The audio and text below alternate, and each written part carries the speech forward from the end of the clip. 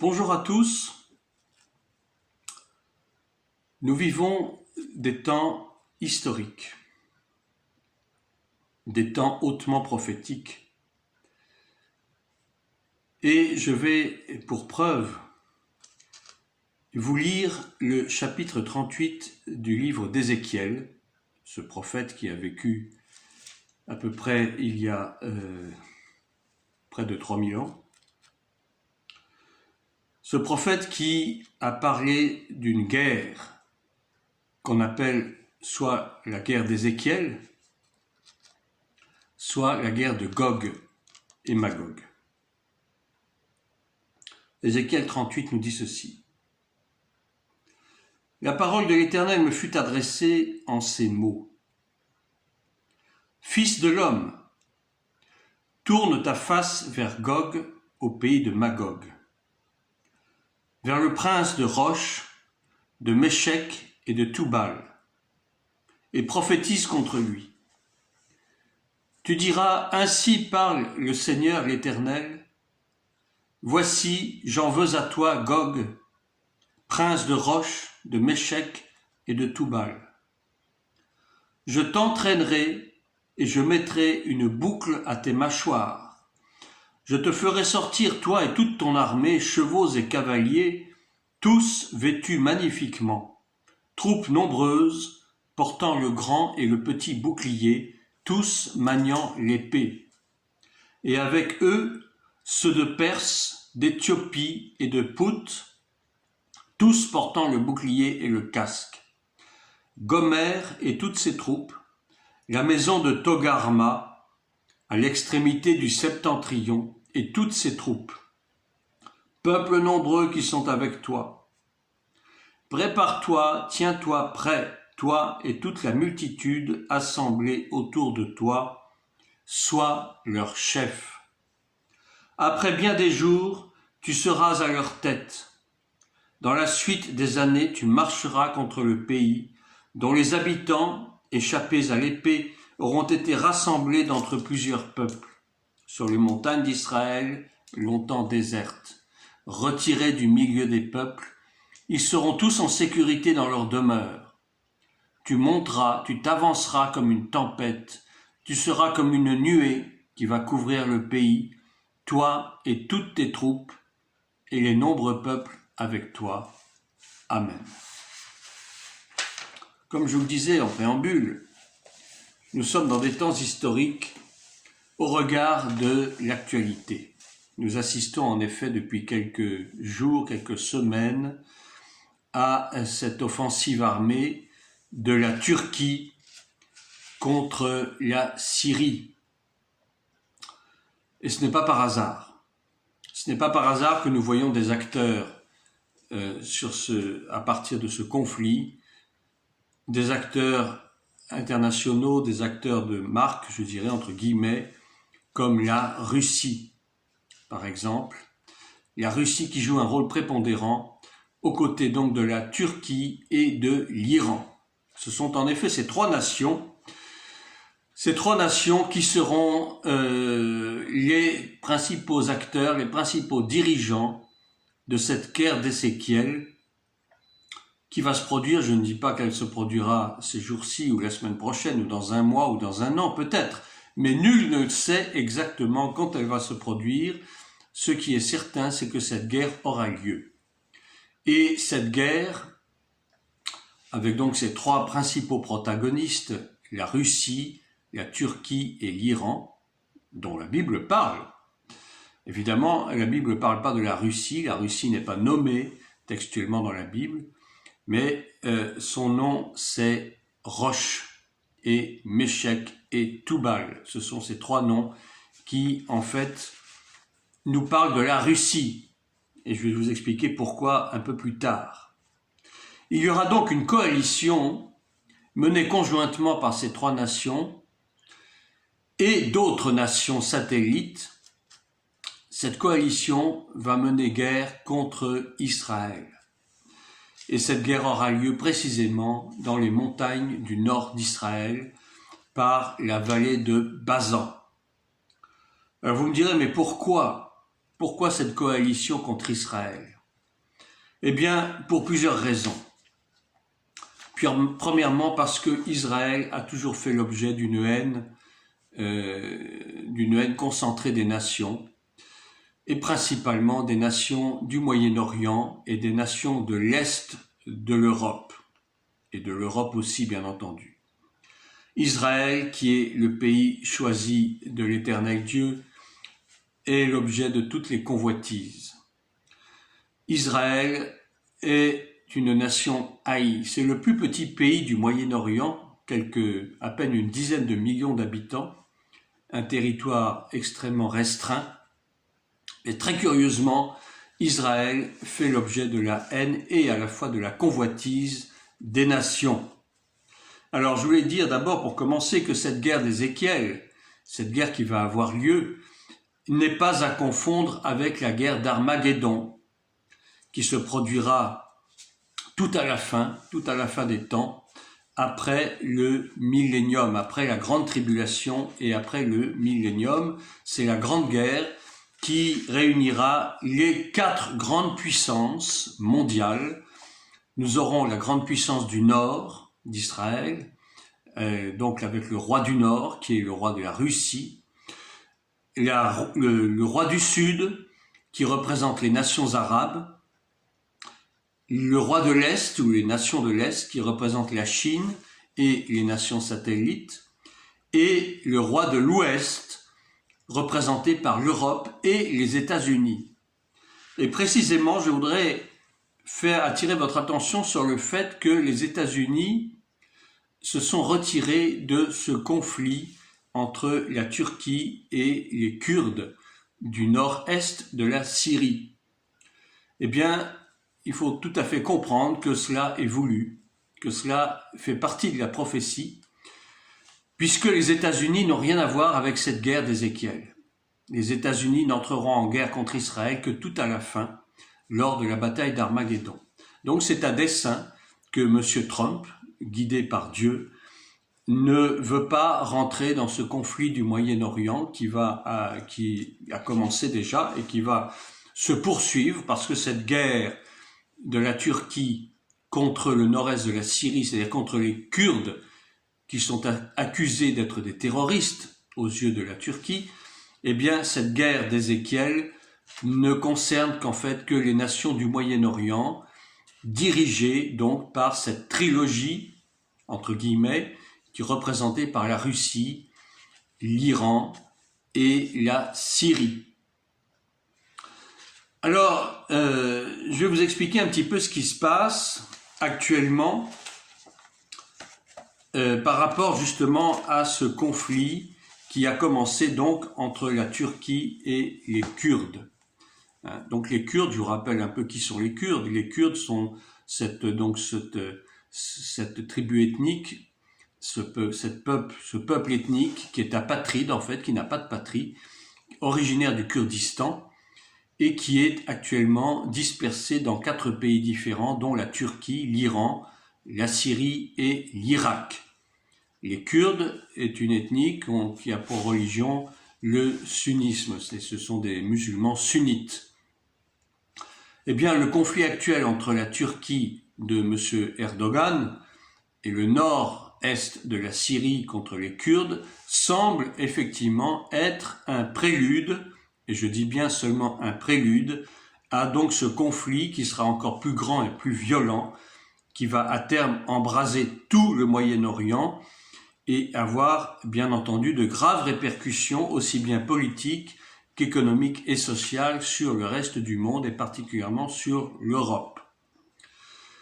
Faut-il rappeler historiquement que la Turquie, qui était anciennement l'Empire ottoman, a brillé malheureusement par le passé, au moins jusqu'à son terme d'Empire ottoman, c'est-à-dire jusqu'en 1920 en gros, lors de plusieurs conflits sanglants qui ne sont guère à son honneur, mais qui sont à son actif. On a eu, pour commencer, entre 1915 et 1917, le génocide arménien, qui a fait à peu près entre 600 000 et 1 million de victimes. Ensuite, en 1920, il y a eu le génocide grec et assyro-chaldéen qui a fait entre 500 000 et 700 000 victimes. Ensuite, en 1937, a eu déjà un premier massacre kurde à Dersim, qui a fait environ 80 000 morts. Enfin, après que l'Empire ottoman fut devenu la Turquie, on a eu en 1974 l'invasion de Chypre avec l'opération Attila. Enfin, plus près de nous, nous avons bien sûr l'invasion de la Syrie. En 2018, a donc commencé l'invasion et le nettoyage ethnique kurde d'Afrin. Et donc actuellement, aux dernières nouvelles, ce conflit est en train de prendre fin. L'invasion du Rojava, avec l'élimination des Kurdes qui, aux yeux des Turcs, sont des terroristes. Et donc, ils veulent absolument éliminer les Kurdes de cette région du nord-est de la Syrie pour pouvoir s'emparer de la totalité du territoire syrien. Alors, sans vouloir entrer dans les détails de ce conflit, qui est assez complexe à expliquer, je ne suis pas politologue, je ne suis pas du tout armé pour vous l'expliquer, mais je peux vous en donner simplement les grandes lignes, et surtout expliquer à la lumière de la parole de Dieu quelles sont les conséquences de ce conflit, quelle est la signification de ce conflit. Eh bien, il faut quand même souligner le rôle prépondérant de la Russie de M. Poutine en tant que médiateur, entre guillemets, dans cette crise du Moyen-Orient. Et la Russie est en train de tisser des alliances, bien sûr avec la Turquie, c'est déjà fait, avec l'Irak, avec l'Iran, avec la Syrie, bien entendu, avec l'Arabie Saoudite et tous les Émirats, dont le Qatar, tous les Émirats qui possèdent la plupart des réserves pétrolifères. Il faut bien dire que ce conflit, tout comme le conflit de la guerre d'Ézéchiel, aura pour but, bien entendu, de s'emparer des richesses d'Israël, mais au passage de toutes les richesses pétrolifères des pays avoisinants. Il faut souligner également le lien très étroit qu'il y a entre la Russie et tous les pays du Maghreb, enfin la plupart des pays du Maghreb, qui ne sont pas très nombreux bien sûr, dont l'Algérie, la Tunisie, mais aussi d'autres pays d'Afrique comme la Libye notamment, le Soudan, sans oublier l'Égypte. Et lorsqu'il y a eu les printemps arabes d'il y a une dizaine d'années, ce travail avait déjà été commencé. Il fallait à tout prix unifier ces pays d'Afrique du Nord et du Moyen-Orient dans le but précisément de pouvoir préparer cette guerre d'Ézéchiel 38. Et très récemment, le chef de la diplomatie soudanaise, M. Ibrahim Gandour, a dit que son pays avait signé un accord qui pouvait aboutir à une coopération militaire et que le ministère soudanais de la Défense était ouvert à une coopération donc militaire avec quiconque le voudrait, et notamment avec la Turquie. Autrefois, le Soudan était allié de l'Arabie Saoudite, et maintenant il se tourne vers la Turquie pour des raisons essentiellement économiques, parce que le pays est en quête d'investissement, ayant perdu environ 3/4 de ses réserves pétrolières depuis l'indépendance du Soudan du Sud. Alors pour en revenir à M. Erdogan et à son agression turque contre le nord-est de la Syrie, eh bien celui-ci couvre cette invasion de la Syrie en accusant donc les Kurdes de terroristes, alors que ceux-ci sont alliés plutôt de l'Europe et se battent contre Daesh depuis plusieurs années. Alors l'ironie de l'histoire, c'est que Daesh, ou l'État islamique si vous voulez, est en fait instrumentalisé, et on le sait, par les services secrets américains et européens. Et parallèlement, des informations nous indiquent que des membres de Daesh ont pu gagner la Libye par le biais de réseaux dans lesquels sont impliqués notamment la Turquie et le Qatar. Alors je vous pose la question, qui sont les véritables terroristes. Pour résumer tout cela, et donc je crois sincèrement, et c'est mon opinion personnelle, vous n'êtes pas obligé de la partager, que tout ce remue-ménage au Moyen-Orient poursuit en fait plusieurs buts. Alors, bien sûr, le but essentiel, mais qui ne nous est pas du tout révélé, que personne ne nous révélera, surtout par les médias, c'est donc une préparation à ce conflit plus important qui sera la guerre de Gog et Magog, la guerre d'Ézéchiel 38. Mais d'ores et déjà, on peut déjà tirer 3 buts principaux de tous ces problèmes du Moyen-Orient. Premièrement, on va assister à la reconstruction ou à la restitution de l'Empire ottoman, de l'ancien Empire ottoman, pour lequel M. Erdogan ne s'est jamais privé de parler publiquement, ouvertement, avec à la clé bien sûr la mise en place d'un califat mondial et la mise à genoux littéralement de l'Europe par l'islamisme galopant. Cet islamisme alimenté par des flots migratoires devenus incontrôlables et ininterrompus, ces mêmes flots migratoires étant noyautés, infiltrés par des agents terroristes. Les pions se mettent en place tranquillement mais sûrement. Le deuxième objectif de ce conflit, c'est l'unification du Moyen-Orient en un bloc politico-militaire économique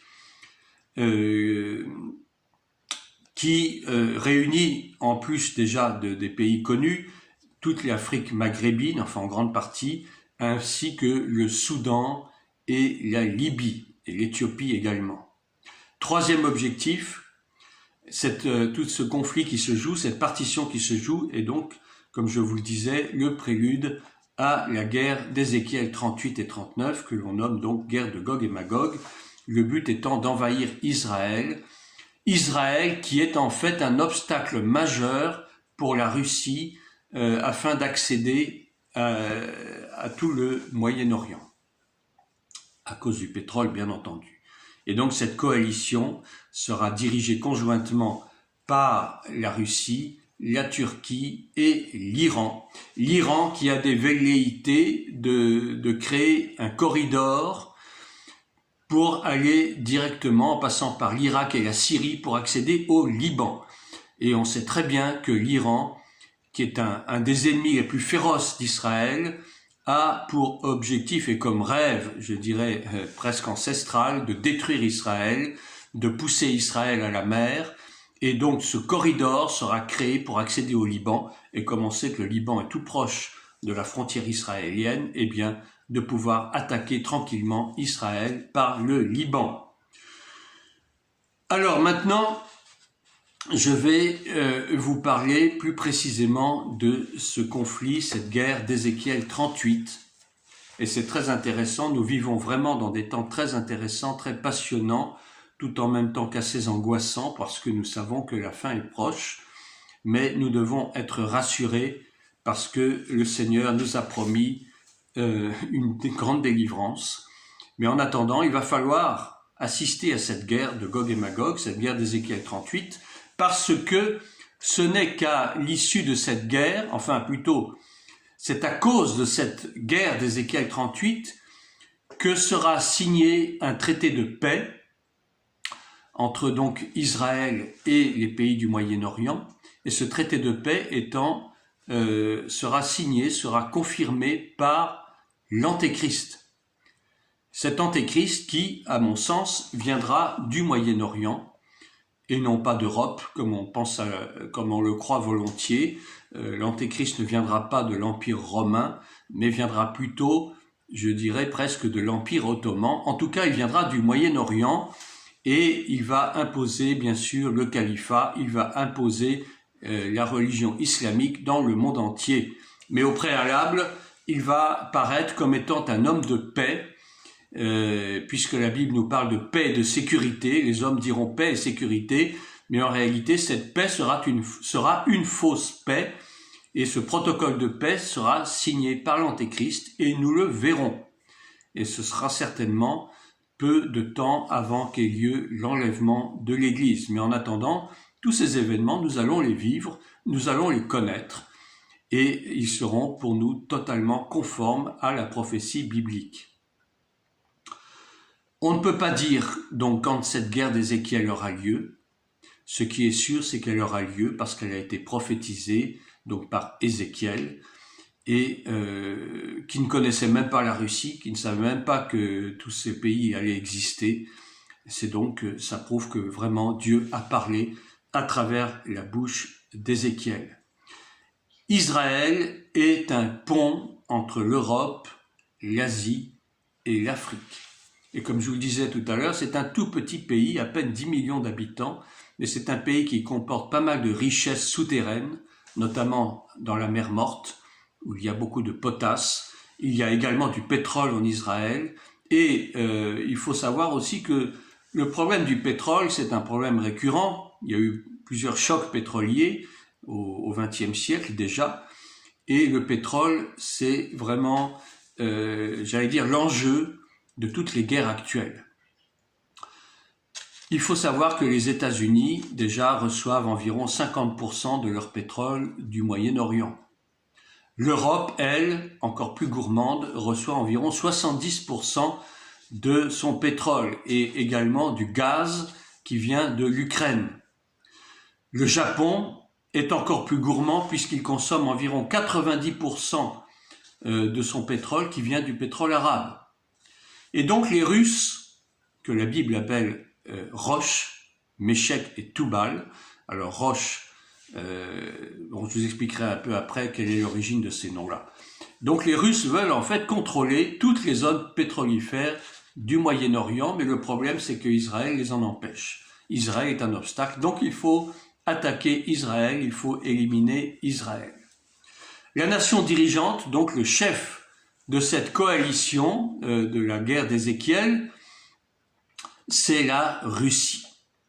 Et en 1968, à l'issue de la guerre des 6 jours, le général Moshe Dayan avait proclamé cela, il avait déclaré même, la prochaine guerre ne sera pas contre les Arabes, mais contre les Russes.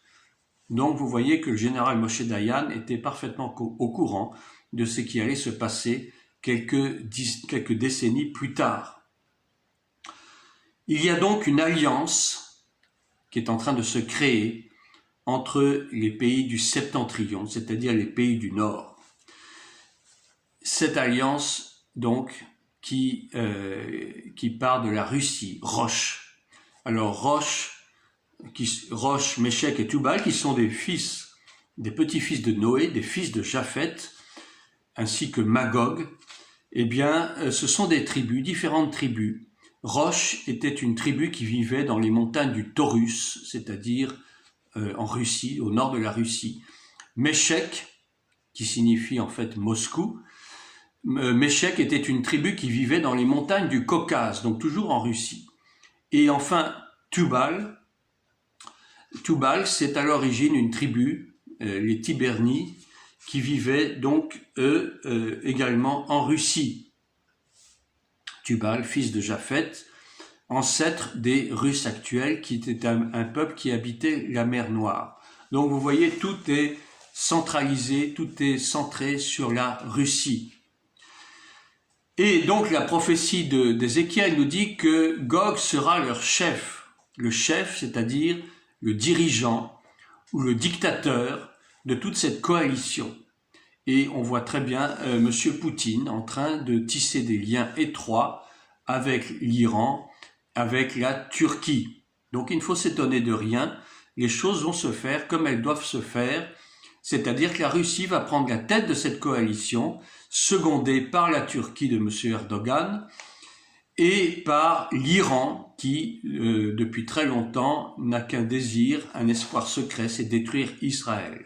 Donc ils vont tous se ranger aux côtés de la Russie et ils vont gagner les montagnes du nord d'Israël d'une façon brutale, d'une façon soudaine, pour attaquer Israël et espérer mettre un terme à l'existence de cette nation. Dans Genèse 10, on a le tableau des nations, qui sont tous donc des descendants de Noé, et on retrouve parmi eux donc les peuples actuels qui vont seconder la Russie et ses alliés dans cette entreprise de guerre contre Israël. On a la Perse qui est donc l'Iran actuel, on a l'Éthiopie, on a Put qui est en fait la Libye, Gomer qui représente les pays de l'Europe de l'Est qui sont assez proches des pays du Moyen-Orient. On ne parle pas de la France, on ne parle pas de l'Angleterre, on ne parle pas de la Belgique, mais on parle effectivement des pays de l'Est et des pays donc du Moyen-Orient. On a Togarma qui est la Turquie, et on a également Kush qui représente le Soudan. Donc vous voyez, et je vais conclure avec cela, je ne vais pas aller plus loin pour l'instant, mais je voulais quand même vous donner un aperçu de ce qui est en train de se passer avec ce déclenchement de l'offensive turque contre les Kurdes de la Syrie du Nord-Est, ce conflit qui est en train de s'achever d'ailleurs, d'après les dernières nouvelles. La Turquie, je crois, a gagné sur ce plan-là. Tout ce qu'elle veut faire maintenant, c'est continuer à conquérir les différents peuples et à les ranger de son côté pour pouvoir enfin, en alliance avec donc la Russie et l'Iran, pouvoir attaquer Israël. Je ne sais pas, dans les mois, les années à venir, mais ce qui est sûr, c'est que ça se fera, ça s'accomplira, parce que toutes les prophéties bibliques doivent s'accomplir. Le problème étant que la Turquie appartient à l'OTAN, et l'OTAN donc qui regroupe 22 pays d'Europe, auxquels s'est joint donc la Turquie. Malgré certaines oppositions, les choses se sont faites tout de même. La Turquie appartient à l'OTAN, et c'est quand même assez curieux et à la fois scandaleux de voir qu'un allié de l'OTAN veut conquérir toute cette partie du Moyen-Orient, dont Israël. Voilà, j'en ai terminé pour aujourd'hui. Je voulais simplement vous faire part de mon opinion personnelle. Alors chacun, bien sûr, a le droit de penser ce qu'il veut à ce sujet, mais je suis intimement persuadé que cette guerre du Moyen-Orient ne fait que commencer. Elle n'est que le prélude donc à cette guerre d'Ézéchiel 38, à ne pas confondre, je le répète, avec la guerre d'Armageddon. Ce sont deux guerres totalement différentes. Nous devons nous préparer, puisque nous assisterons à ce conflit. Nous devons prier pour Israël plus que jamais. Nous devons invoquer la protection de l'Éternel sur son pays, sur sa terre, sur son peuple, intercéder pour Israël, intercéder pour la paix à Jérusalem, et intercéder aussi pour nous-mêmes, pour nos familles, pour nos enfants, pour nos petits-enfants, parce que ces choses ne vont plus tarder maintenant. Le Seigneur nous a promis d'être délivrés, bien sûr, mais pour commencer, nous devons assister à ces choses, et pour être protégés, nous devons intercéder pour nos frères, pour l'Église, qui vit beaucoup dans l'ignorance de ces choses. J'ai interrogé plusieurs amis, plusieurs frères chrétiens qui sont un peu dans l'ignorance de ces choses. Malheureusement, on n'enseigne pas beaucoup ça dans l'Église. C'est très regrettable, parce que l'Église se doit d'être au courant de ce qui se passe dans le monde. C'est très important, parce que ce ne sont que les révélations des prophéties qui ont été annoncées il y a 2000, 3000 ans. Donc pourquoi demeurer dans l'ignorance de ces choses, puisqu'elles doivent se produire? Si nous aimons Dieu, si nous aimons l'Éternel, nous devons nous tenir au courant de ces choses pour nous préparer, pour demander à nos frères et sœurs de se préparer, pour que nos familles se préparent à l'inévitable. Parce qu'encore une fois, ces choses se produiront, qu'on le veuille ou non. Toutes les prophéties de l'Éternel s'accomplissent. Seul, lui, connaît les temps et les saisons.